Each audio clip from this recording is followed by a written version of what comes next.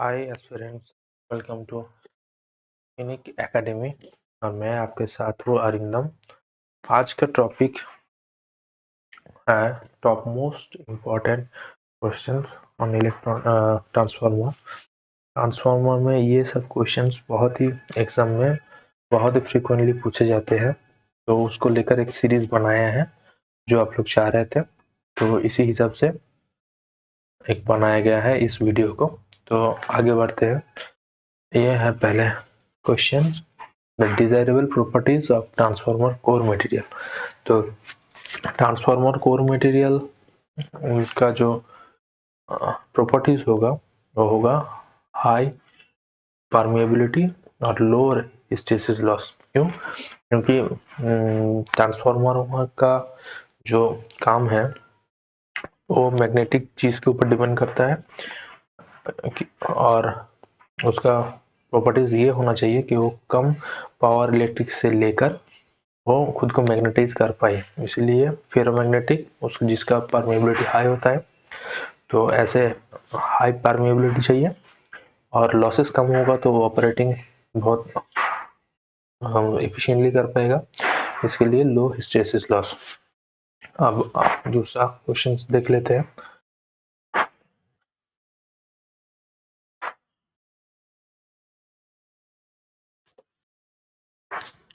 The efficiency of two identical transformer under load conditions can be determined by, ये होगा आपका ये back to back.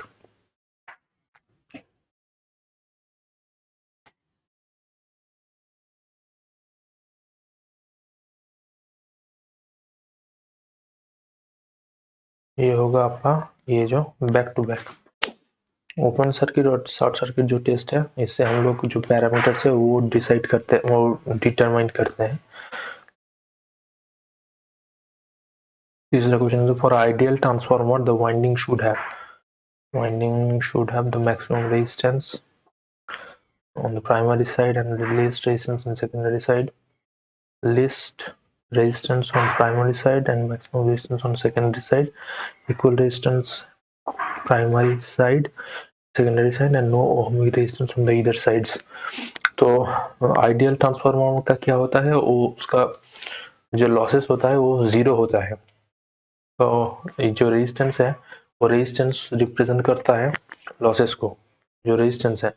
तो अगर कोई लॉसेस नहीं होता है तो नो ओमिक रेजिस्टेंस एंड इधर साइड होगा। नेक्स्ट क्वेश्चन है, two single phase 100 kV transformer each having different leakage impedance are connected in parallel where a load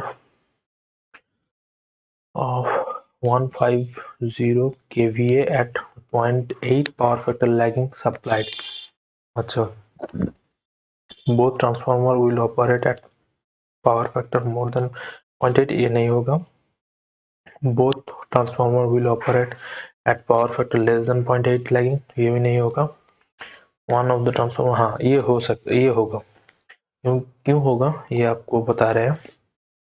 option C होगा, क्योंकि आप देख लीजिए, मान लीजिए एक ट्रांसफार्मर ए है और एक ट्रांसफार्मर बी है, इसका जो इम्पीडेंस होगा वो जेड ए है और इसका जो इम्पीडेंस होगा वो जेड बी है मान लीजिए। तो जेड बी होगा और मान लीजिए टोटल जो के बी है जो शेयर करना है वो एस है। तो हम लोगों को चाहिए कि एस ए कितना होगा, ए एक कितना शेयर करेगा। तो एस और इसका जो फॉर्मूला होता है वो opposite impedance divided by total impedance होता है, Z A plus Z B. तो ये सब कुछ वेक्टर फॉर्म में होगा, that means Z equals to R plus J X, ये रेजिस्टेंस और ये reactance, and S will be P plus J Q, ये एक्टिव पावर ये रिएक्टिव पावर। तो ये सब अगर वैल्यू हम लोग पुट करेंगे तो ऐसे हम लोग कैलकुलेट कर पाएंगे कि ए पे और बी पे क्या है। मगर ये पॉसिबल नहीं है कि दोनों लैगिंग में ज़्यादा 0.8 के लैगिंग के ज़्यादा करेगा या लेस करेगा, तो कुल मिला के ये 0.8 नहीं हो पाएगा।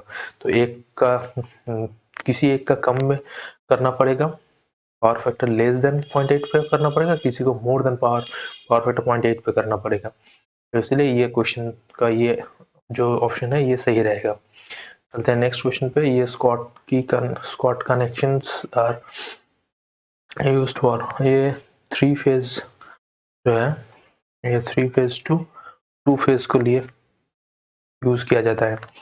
आप अगर जान आप अगर जो सर्किट का जो फॉर्मेशन है वो इस टाइप का होता है, आपको दिखा देता हूँ। ये होता है ए, बी और सी, हम लोग यहाँ से देते हैं और हम लोगों को यहाँ से एक फेज मिलेगा, ये सिंगल फेज मिलेगा एक, और यहाँ पे और एक वाइंडिंग रहेगा जो इसके साथ कपल्ड है। तो फिर यहाँ से और एक फेज मिलेगा, यहाँ पे भी एक सिंगल फेज मिलेगा, तो ये दूसरा फेज। तो ये थ्री फेज टू, तो ये करता है थ्री फेज से लेकर टू फेज कर देता है। आगे चलते हैं। नेक्स्ट क्वेश्चन क्या बोला है, the losses on transformer are copper loss, eddy current loss, hysteresis loss, the constant losses of a transformer loss is given by। ये देखिए, ये जो है,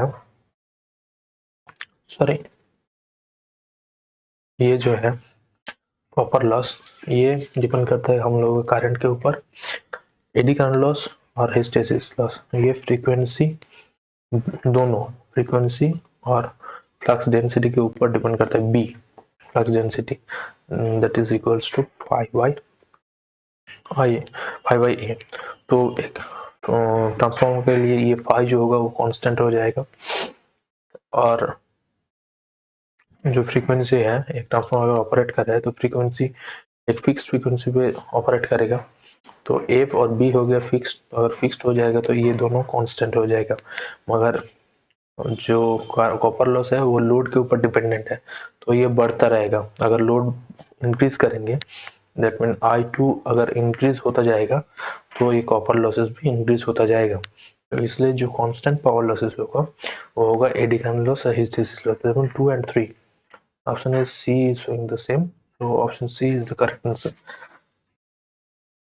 Next, if the frequency of input voltage of a transformer is increased, keeping the magnitude of the voltage unchanged when both the hysteresis loss, तो मतलब जो options दिख रहा है इसके हिसाब से एडी करंट लॉस और हिस्टेरिसिस लॉसेस के ऊपर हम लोगों को डिसीजन लेना है।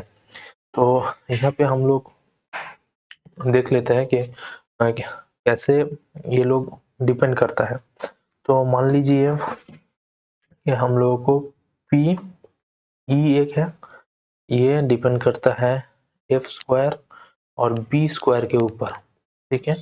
बी है फ्लक्स डेंसिटी, और इधर और एक लिख लेते हैं पी एच, ये डिपेंड करता है हम लोगों को, इक्वल नहीं लिखना चाहिए, ये प्रोपोर्शनल होता है, एक कांस्टेंट एंड प्रोपोर्शनलिटी कांस्टेंट जो होगा वो देना पड़ेगा, इक्वल लिखेंगे तो ये एफ है और ये बी टू द पावर 1.6 रहता है। नाउ अब आता है B equals to 5/A। Area constant है, इसीलिए डिपेंड करता है ओनली फ्लक्स के ऊपर। तो फ्लक्स जो है वो वेरी होता है V/F रेशियो के ऊपर। अगर ये कांस्टेंट रखा तो फाई कांस्टेंट रहेगा, ये रेशियो के ऊपर डिपेंड करता है, ठीक है। तो अगर ये रेशियो कांस्टेंट रहा तो फ्लक्स कांस्टेंट रहेगा। अगर यहाँ पे बोला है कि वोल्टेज हम लोग चेंज नहीं कर रहा है तो वोल्टेज है कांस्टेंट, और जो चेंज कर रहा है वो है हम लोगों का frequency, keeping the input frequency हम लोग चेंज कर रहा है। तो फ्रीक्वेंसी को हम अगर इंक्रीज करेंगे तो जो फ्लक्स होगा वो डिक्रीज हो जाएगा। तो फ्लक्स अगर डिक्रीज होगा तो इस इक्वेशन को हम लोग अगर यहाँ पे बिठा देंगे कि V वी बाई एफ ही बिठा देते हैं, एफ तो इसका 1.6, तो वी तो कांस्टेंट है, तो ये ओनली डिपेंडेंट एफ होगा, तो एफ के ऊपर होगा तो एफ कट के ये 0.6 हो जाएगा पीएच। और पी ई के लिए क्या होगा, ये होगा एफ स्क्वायर, और इधर भी वी बाई एफ का फुल होल स्क्वायर होगा, तो एफ एफ कट जाएगा, तो ये ओनली डिपेंडेंट होगा वी स्क्वायर के ऊपर, हालांकि वी हम लोग चेंज नहीं कर रहा है, तो यहाँ पे पीई जो रहेगा, एडी करंट जो लॉसेस रहेगा वो हो जाएगा कांस्टेंट, वो रिमेन अनचेंज रह जाएगा, रिमेन अनचेंज, ठीक है। एडी करंट जो लॉसेस है वो रिमेन अनचेंज रह जाएगा, वायरस पीए जो हिस्टेरिसिस लॉसेस है उसको अगर एफ इंक्रीज करेंगे, तो एफ अगर इनवर्सली प्रोपोर्शनल है, एफ इंक्रीज करेंगे तो पीएच घटेगा, हिस्टेरिसिस लॉसेस विल डिक्रीज, तो डी जो है वो हम लोगों को सही होगा इस क्वेश्चन के लिए। आगे बढ़ते हैं, नेक्स्ट क्वेश्चन है which of the following will improve the mutual coupling between the primary and secondary circuit, तो ये कौन होगा, transformer oil of the high breakdown voltage, high reluctance magnetic core, winding material resistive and low reluctance magnetic core, ये होगा। क्यों होगा, क्योंकि जो प्राइमरी और सेकेंडरी जो सर्किट है उसके अगर म्यूचुअल कपलिंग, म्यूचुअल कपलिंग क्या चीज है, मान लीजिए कि ये एक वाइंडिंग है और दूसरा और एक ये वाइंडिंग है, इन दोनों का जो म्यूचुअल कपलिंग है वो डिपेंड करता है यहाँ से कितना फ्लक्स यहाँ पे पहुंचता है, यहाँ से निकल के यहाँ पे पहुंचता है, तो एक दूसरे को कितना लिंकिंग कर रहा है एक ही फ्लक्स, तो ये तभी हो पाएगा अगर इसके अंदर जो मान लीजिए कि जैसे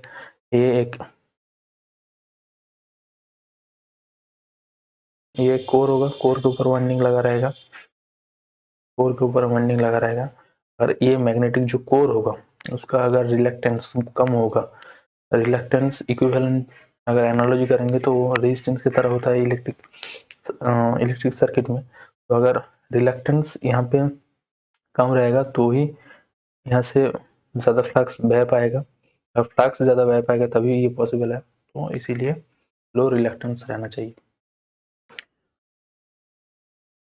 the secondary of A current transformer under operating condition is short circuit to avoid breakdown the primary winding instead of ना ये होगा कोर सैचुरेशन, सॉरी ये कोर सैचुरेशन के लिए होगा, ये सी किस लिए, जैसे कि हम लोग जानते हैं कि मान लीजिए कि ये एक ट्रांसफार्मर कोर है और यहाँ पे एक वाइंडिंग है, तो और इधर भी है, अगर यहाँ पे शॉर्टेड रहेगा तो इसके अंदर एक करंट फ्लो होगा जो ऑल्टरनेटिव यहाँ पे एक और एक फ्लक्स क्रिएट करेगा, जो यहाँ पे इस वाइंडिंग पे करंट के लिए एक फ्लक्स है, इस फ्लक्स को अगर ये काउंटर ना करे तो ये कोर जो होगा ये कोर सैचुरेट हो जाएगा, एज यहाँ पे जो करंट है वो करंट बहुत ही हाई अमाउंट है, सीटी है, सीटी का काम ही है यहाँ पे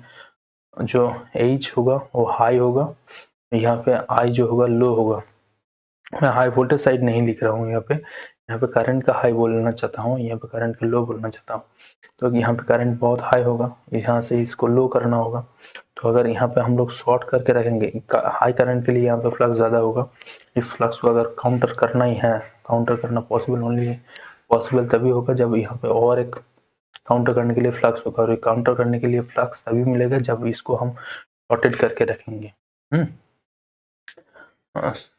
मुझे लगता है आपको समझ में आ गया होगा, चलिए आगे बढ़ते हैं।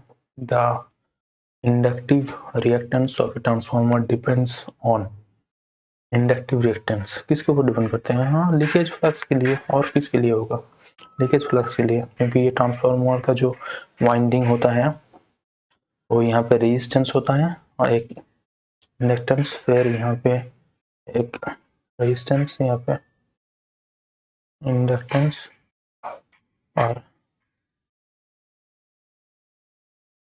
तो यहाँ पे ये जो होता है वो प्राइमरी का लॉसेस रेजिस्टेंस है, ये जो होता है लीकेज लीकेज फ्लक्स को दर्शाता है। ये जो रिएक्टेंस होता है यहाँ पे भी था वो सेकेंडरी पार्ट के लिए है, ये रेजिस्टेंस सेकेंडरी पार्ट के लिए है। उसका लॉसेस ये कोर लॉसेस के लिए और ये मैग्नेटिक के लिए। तो आगे बढ़ते हैं नेक्स्ट क्वेश्चंस के लिए 11। Which of the following connections of transformer will give the highest secondary voltage? वो ओनली पॉसिबल्स है आपके प्राइमरी अगर डेल्टा होगा और सेकेंडरी स्टार होगा। क्यों? मान लीजिए कि ये दो ट्रांसफार्मर है, एक प्राइमरी है और ये एक सिंबॉलिक रिप्रेजेंटेशन। और हम लोग जानते हैं कि फेज टू फेज यहाँ पे जो होगा और लाइन ये सेम होगा, तो यहाँ पे सबसे कम होगा इनपुट का वोल्टेज, क्योंकि ये डेल्टा में है तो फेज और लाइन वोल्टेज सेम है। और यहाँ पे देखेंगे पर फेज पे फेज का जितना होगा लाइन पे उससे ज़्यादा होगा वोल्टेज, तो यहाँ पे जो लाइन वोल्टेज होगा वो फेज वोल्टेज का √3 टाइम्स होगा। ठीक है, इसीलिए यहाँ पे हम लोगों को ज़्यादा आउटपुट वोल्टेज मिल सकता है। इसीलिए ज़्यादा आउटपुट वोल्टेज अगर चाहिए तो हम लोगों को जो सेकेंडरी है उसको स्टार गारंटीड तौर पे चाहिए, नहीं तो नहीं होगा। और इस पर डेल्टा इसलिए चाहिए, डेल्टा तो हम लोग मतलब सबसे कम स्टार होगा तो और भी ज़्यादा हो जाएगा। सबसे कम इनपुट देके अगर मैक्सिमम वोल्टेज का आउटपुट चाहिए तो यही फॉर्मेशन होगा। चलिए आगे बढ़ते हैं। In a transformer if the iron losses and copper losses are 40.5 kilowatt है and 50 kilowatt respectively, then what is the function fraction of the load will the efficiency be maximum. अच्छा, हम लोग एक कंडीशन पढ़े हैं कि जो आयरन लॉसेस अगर जो कॉपर लॉस ये दोनों अगर सेम होगा तभी हम लोगों का जो एफिशिएंसी है वो मैक्सिमम हो पाएगा। ये है उसका कंडीशन मैक्सिमम एफिशिएंसी होने का। तो PCU कॉपर लॉस किसके ऊपर डिपेंड करता है? करंट के ऊपर डिपेंड करता है, स्क्वायर और आर के ऊपर। तो ये है लोड करंट। तो अगर मान लीजिए तो हम लोग इसको परसेंटेज दिखाने के लिए हम लोग मानते हैं x परसेंटेज, तो x आई होगा उसका स्क्वायर आई जो होगा x square I square R, इस टाइप का होगा। तो ये होता है फुल वैल्यू कॉपर लॉसेस का। तो यहाँ पे आप लोगों को दिया गया है कि आयरन लॉसेस है 40.5, कॉपर लॉसेस फुल दिया गया है 50। हम लोग 50 इधर बिठाया इस जगह पे और बाकी मान लिया कि कितना परसेंटेज और कितना फ्रैक्शन, फ्रैक्शन के लिए हम लोग x को बिठाए हैं। अब x का वैल्यू को आपको निकालना पड़ेगा। x will be under root ये 5 है। तो इस पॉइंट को अगर उठाना है तो यहाँ पे नीचे 100 देना पड़ेगा और इसको हम लोग अगर 5 से काटेंगे तो ये हो जाएगा 81/100, तो ये 0.9 हो जाएगा। ये होगा हम लोग का आंसर। चलिए नेक्स्ट आगे बढ़ते हैं। Can a 50 Hz transformer be used as 25 Hz if input voltage is maintained constant at the rated value corresponding to 50 Hz? ना, ये पॉसिबल नहीं होगा। क्यों नहीं होगा? यहाँ पे नो का तो दो ही ऑप्शन है, दोनों ही पहले देख लेते हैं। No flux will be doubled which will drive the core axis, core saturate कर जाएगा। ये वाला क्वेश्चन, ये वाला जो ऑप्शन है ये सही रहेगा। क्यों रहेगा अब बताते हैं। ये हम लोग कुछ पहले ये देखा कि फ्लक्स जो है उसको V/F का ये फंक्शन है प्रोपोर्शनल टू। अगर इसका रेशियो सेम रहेगा तो फ्लक्स कांस्टेंट रहेगा। तो आपने मान लीजिए F को आधा कर दिया, F को आधा कर दिया और वोल्टेज को आप वही मेंटेन कर रहे हो, क्या होगा? जो फ्लक्स हो जाएगा वो फ्लक्स आपको दिखाता हूँ। जैसे मान लीजिए वी भाई अगर F/2 कर दिया तो क्या हो जाएगा, 2V/F हो जाएगा। फ्रीक्वेंसी को अगर आधा कर दिया ये 2 पाई हो जाएगा, फ्लक्स दुगना हो जाएगा, तो ये एक्सेसिव कोर सैचुरेशन होगा। इसीलिए चलिए आगे बढ़ते हैं। Short circuit test is performed on transformer with a certain impressed voltage at rated frequency. If the short circuit test is now performed with the same magnitude impressed voltage but the frequency higher than the rated frequency, then ये भी वो same ही चीज लग रहा है। Short circuit test is performed on transformer with a certain impressed voltage at rated frequency। मतलब यहाँ पे आपको बोला गया है कि ये चल रहा है V/F रेशियो के ऊपर ही। If short circuit test is performed same magnitude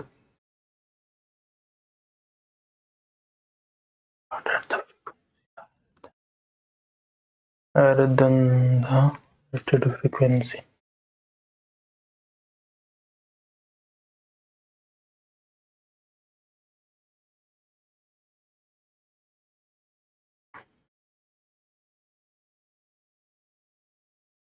अच्छा, यहाँ पे और कुछ नहीं होगा, यहाँ पे इसके ऊपर नहीं है प्रॉब्लम, ये प्रॉब्लम। अब ये देखिए, ये यहाँ पे जो हम लोग अगर पूरा को इक्विवेलेंट सर्किट में ले आते हैं तो ये R और X के ऊपर चले आएगा, और हम लोग फ्रीक्वेंसी को बढ़ा देंगे तो X विल इंक्रीज।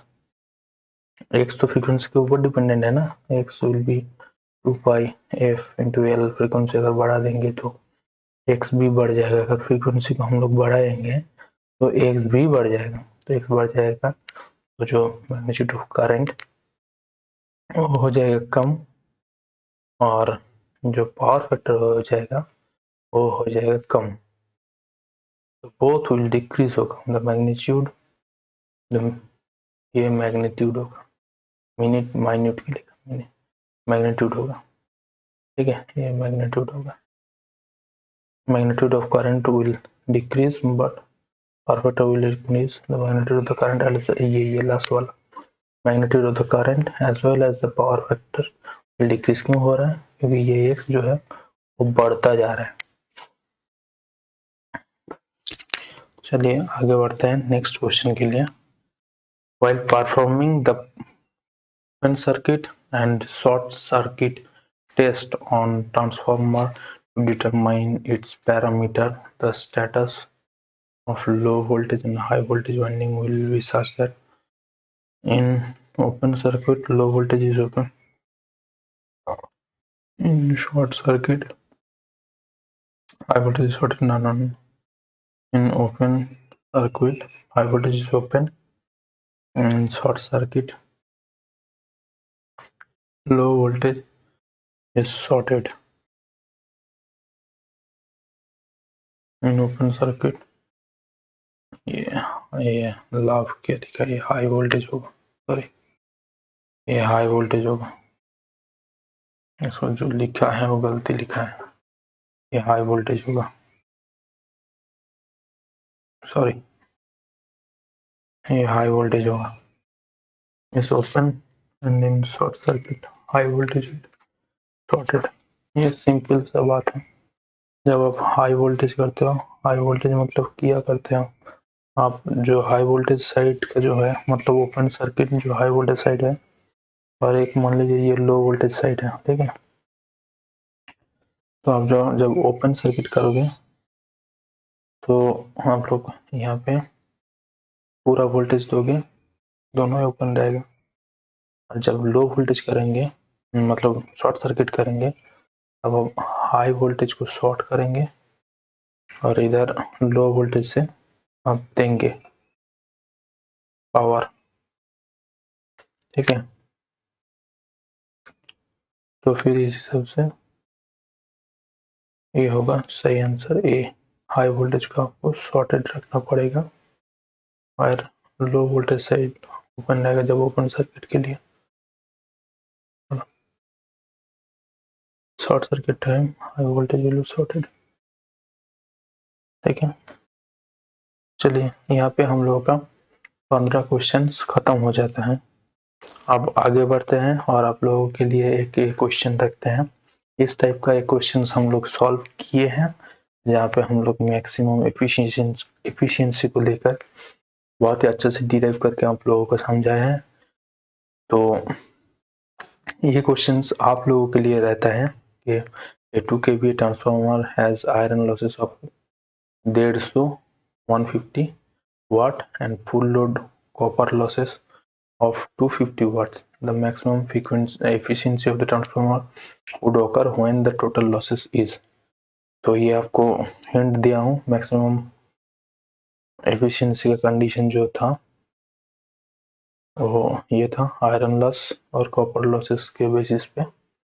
अब आगे आपको हिंट दे दिया, आगे आपको सॉल्व करना है और इसको हम लोगों को कमेंट पे लिखना है तो ये क्या है।